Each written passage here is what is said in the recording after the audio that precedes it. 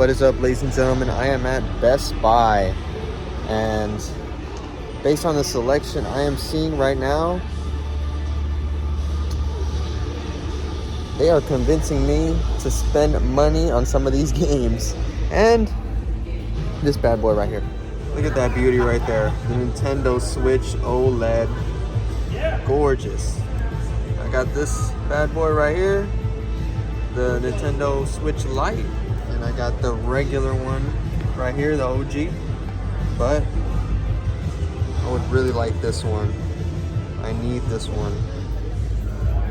Damn, Demon Souls still $70, holding that price. Holding that price. And then you got God of War Ragnarok, same thing, $70, still holding that price. Tough. I definitely want those games. I need a PS5 first, of course, and then here it is. Here it is once again, Final Fantasy 16. It's like it keeps following me. It wants me to buy it. It needs me to buy it.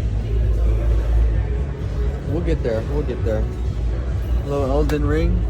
Look at that huge discount. Massive discount. $5 off. Wow.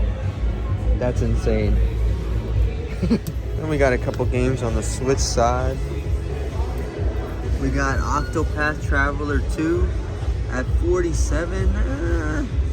That's still a little bit too much. If that was $30, that would be an instant buy. We got Kirby's Return to Dreamland Deluxe. Nice. What else we got here? Final Fantasy Crisis Core Reunion. This game was just $35, I think, like last week. Maybe should have picked it up, but it is what it is. They got plenty of them here, made for Black Friday. It's gonna be a good sale on that.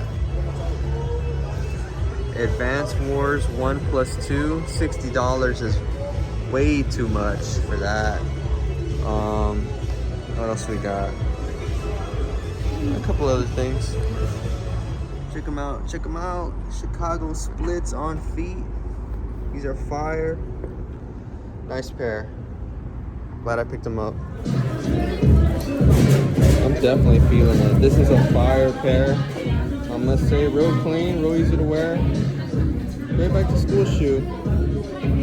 There you go. JD Sports was packed to the gills. I mean, and I understand why. They got a good business operation going. I'm heading to Footlocker right now. Look at that, boys. Sitting. What do you know? Sitting. I cannot believe this. Look at this, a size 10 also. Jordan 3 Palominos. It's a big size though. So this is a size. You can't see it. It's size 13 though. Pretty cool. Not really my style.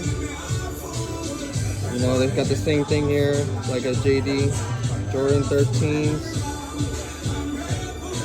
These are nice. I like these. They're real clean. And they got the Jordan 7 chambrays. I talked about these. These came out a little bit ago. These aren't bad. They're not bad. I like the baby blue hits, but pretty plain overall. Nice gray. Nice suede, by the way. Nice. Dang, Footlocker got the Chicago Splits. I don't know how many sizes they got, because they got a size 12 out here. Also, they got the Pandas too. Pandas sitting. Shit. I remember when this shoe was reselling for like $300. Crazy. What's up, guys? I'm back by the house. It was a pretty cool day today. You know, got to go to Best Buy. Got to go to the mall. Check out some stuff. And Jake Paul fights Nate Diaz tonight on DAZN pay-per-view. That's gonna be good. You know, also got to mention the Logan Paul Vs Ricochet at SummerSlam. And SummerSlam is gonna be crazy. I can't wait for that. That Cody Rhodes Brock Lesnar match. It's gonna be really good. It's gonna be really good. Yo, what a night. A night where Logan faces Ricochet at SummerSlam. and wins fraudulently. Wins fraudulently by, he was given the brass knuckles, knocked this man Ricochet out after a good match. After a good match, it should have ended. It should have ended the right way, but this gives Logan a lot of heat. I get it. I get it. Good match, though. Good match. Good match by Logan Ricochet. Cody and Brock Lesnar. Great match. I mean, Brock was just pouring it on. Just pouring it on, pouring it on. Just destroying Cody. Hitting him with multiple F5s. One through the table. And then Cody comes back. He comes back with a vengeance. Hits him with the Cody cutters. Multiple. He finishes him with 3 crossroads at the end. And you thought this man was finished. Cody looked like he was finished. Then Cody pins him 1, 2, 3. Crazy. I mean, he wins the set because they were 1-1, and now Cody's 2-1. You know, they shook hands at the end. It was all good. This raises Cody's stock, raises it up. Brock didn't need it. Brock didn't need. We all know Brock. We all know what Brock is capable of. We've all seen Brock with the title. You know, he didn't have nothing. He didn't have nothing to prove. We all know how good he is. So you know, it's a good decision. Good decision. And then at the very end of the night, I don't know. I mean, Logan got on that jet. Logan got on that jet from Detroit all the way to Dallas to go see his brother Jake fight Nate Diaz in an insane boxing match. I mean, let me tell you, that match was... I was laughing during some of it because Nate is just a showman. He's just such a showman. You know, he's pretending that he's hurt. He's acting like he's gassed. He's taunting Jake on his way to on Jake's way to the corner. I mean, Nate didn't show amazing boxing skills, okay? But his durability and his stamina carried over to boxing. I was really surprised, especially after the first 1, 2, like 3 rounds.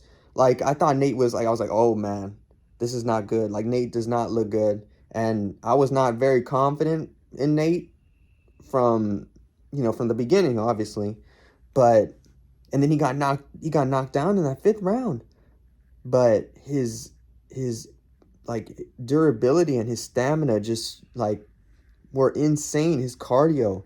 I mean, he was constantly throwing punches the whole night. All his punches, most of the time, he's throwing stuff with a lot of volume, but not a lot of power, okay? So he's hitting Jake.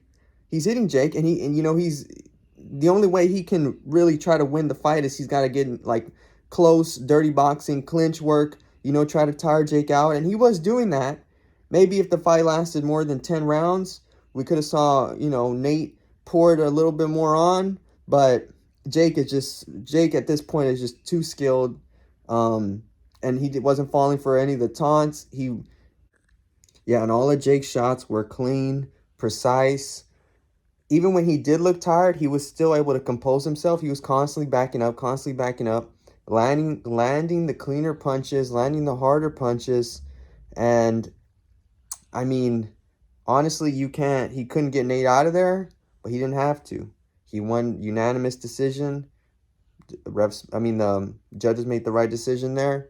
And they did say at the end of this fight, I don't know for sure if this is going to happen, but Jake said, let's do it in MMA. Let's do it in the PFL.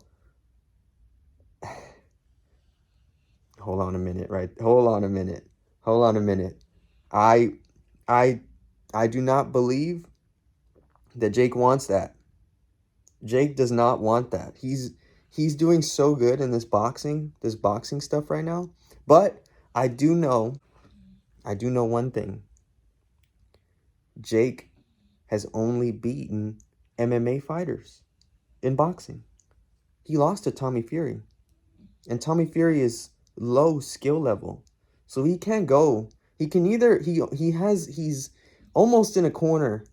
He can only fight Nate in MMA, not risk too much. He's not an MMA fighter. He's a boxer, right? Okay, so if he loses there, whatever. He goes back and rematches Tommy Fury.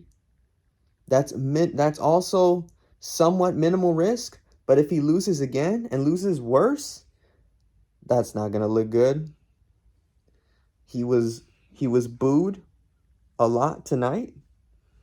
So, but I know he still brings the crowd. We still got to see what the pay-per-view numbers look like. And yeah, that's about it. Listen, I hope the MMA fight happens because I want to see Jake get annihilated by Nate in a fight where it's not just boxing. You know, we got grappling, we got kicking. Come on. Well, guys, please be sure to like, share, and subscribe, and I'll catch y'all on the next one. Later.